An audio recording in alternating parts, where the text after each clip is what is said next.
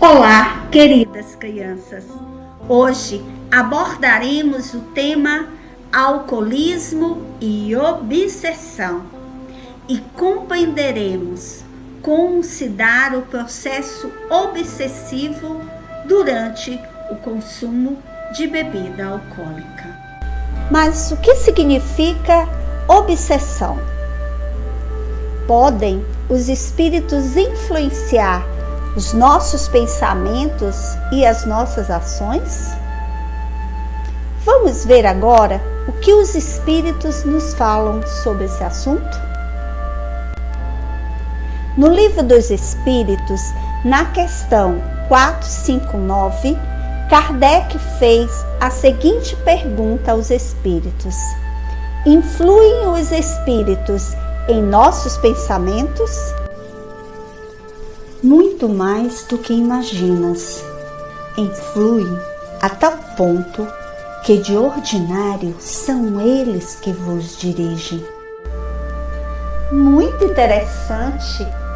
Mas obsessão, o que significa? Vamos ver o que o Livro dos Médiuns nos esclarece sobre o assunto?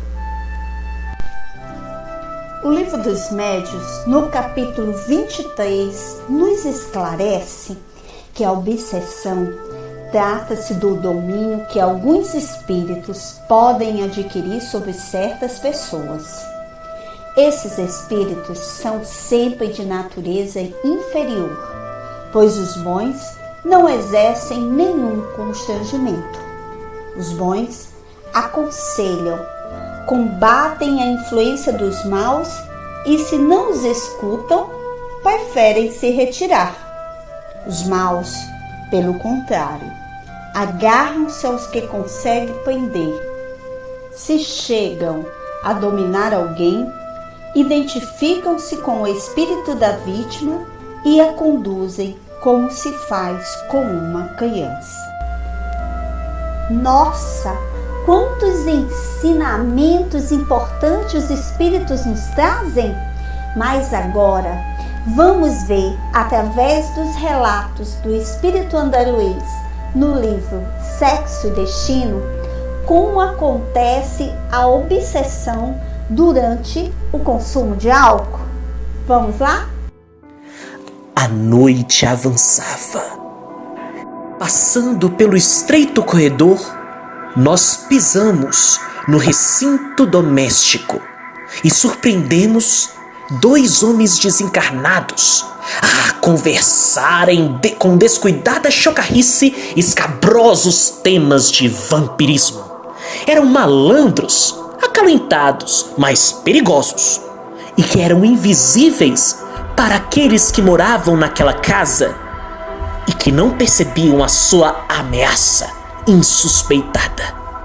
Nós entramos. Na sala principal tinha um cavalheiro de traços finos que lia um jornal vespertino e que logo percebemos ser o dono da casa.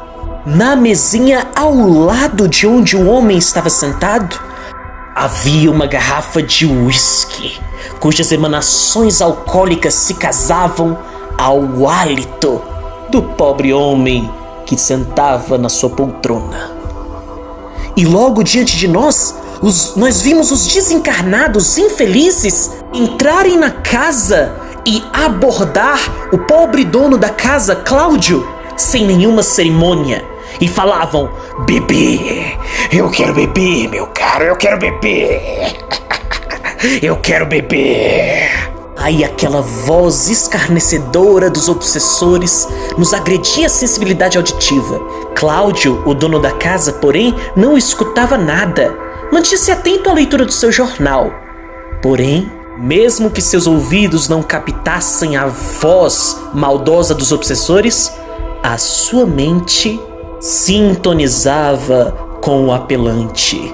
O espírito inconveniente repetiu a solicitação algumas vezes. Beber, eu quero beber, Cláudio, pega essa garrafa, eu quero beber, vamos beber. Na atitude de hipnotizador que insufla o próprio desejo, reasseverando uma ordem.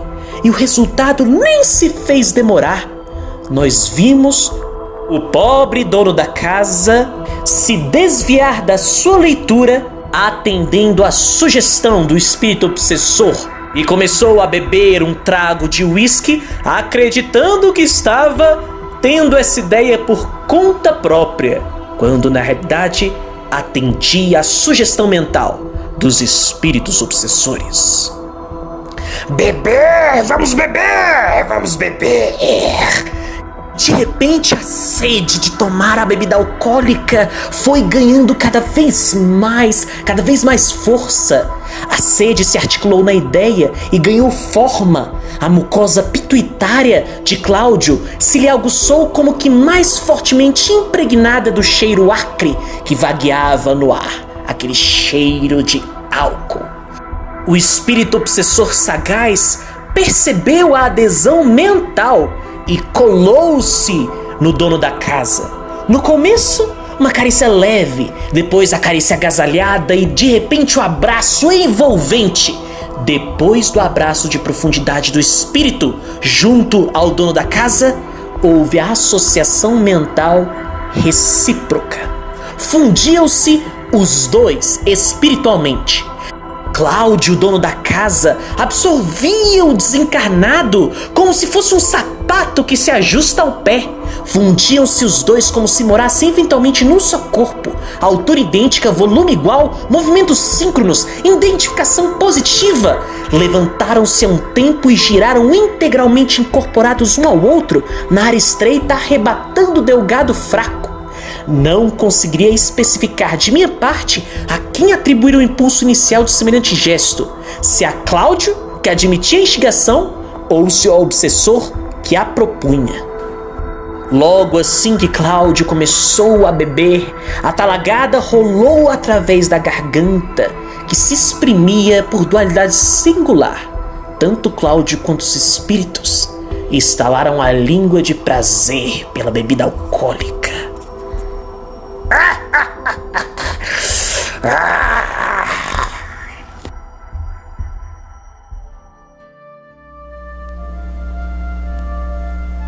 Vimos então quantos males o uso do álcool pode proporcionar ao indivíduo, tanto no plano físico quanto no plano espiritual.